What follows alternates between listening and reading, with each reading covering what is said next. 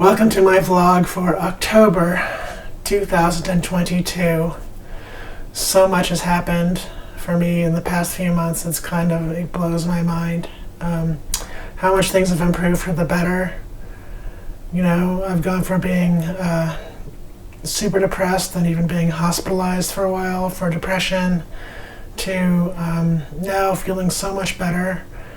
I just got a job being a peer support or peer recovery specialist for permanent supportive housing at a community service board, and it's amazing to me that I'm actually sort of able to work, although it's super exhausting. I tend to work I work 8 hours a day, and then I sleep about 12, so it takes up a lot of time. But I am able to have my own place to live now, which is really wonderful to have a place to live on the inside, and I won't be out in the cold for another winter.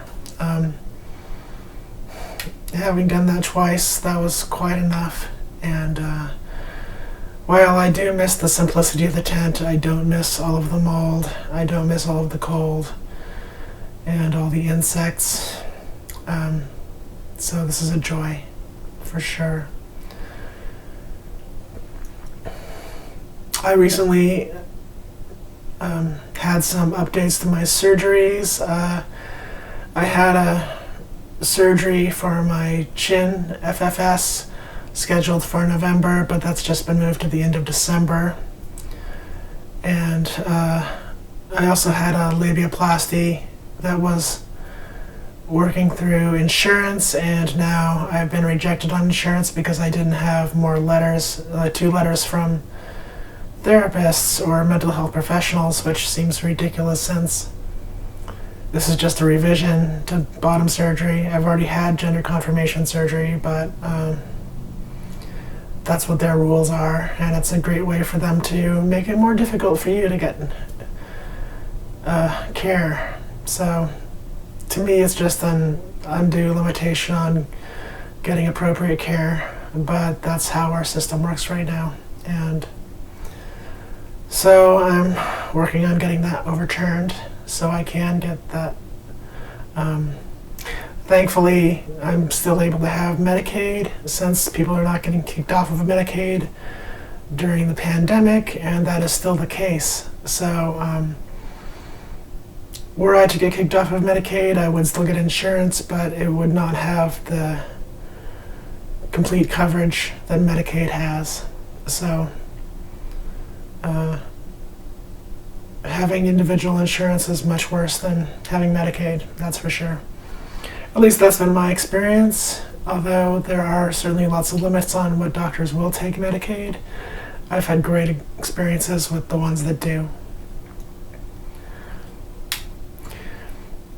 I will cover this in another video, but I've also made some new breakthroughs in terms of taking hormones and testing for hormones. I didn't make them, I just found them out, and I will do a separate video on this, but basically I'm able to take much less progesterone than I was taking, but still get an even better effect by, instead of taking the progesterone orally, I'm taking it as a suppository, and it's working great. So I can take basically 1/3 of what I was taking and get a better effect. So I will post some links on that. I'm also getting some tests done to see if I have a mutation that a lot of trans women have that converts lots of estradiol into estrone. And if that's the case, then I may have to go to injectables as opposed to doing the sublingual route. But right now, I'm still waiting to get the test results back from the lab on that.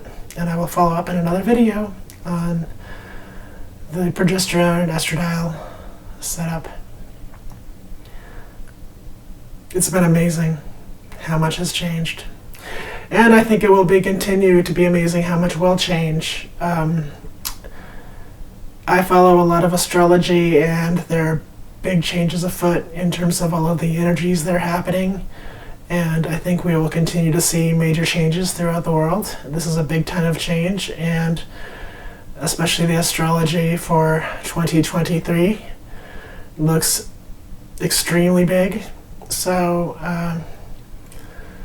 keep aware of that, expect the unexpected, I should say. And I will be doing more research on that as well. I'd always recommend following the podcast by Molly McCord. She's great. I really enjoy her take on astrology, and it seems to have so much more clarity and insight than a lot of other astrologers have. With that, all I'll say is be well, be blessed, be healed, be at peace, be supportive, be supported. You are loved, you are supported.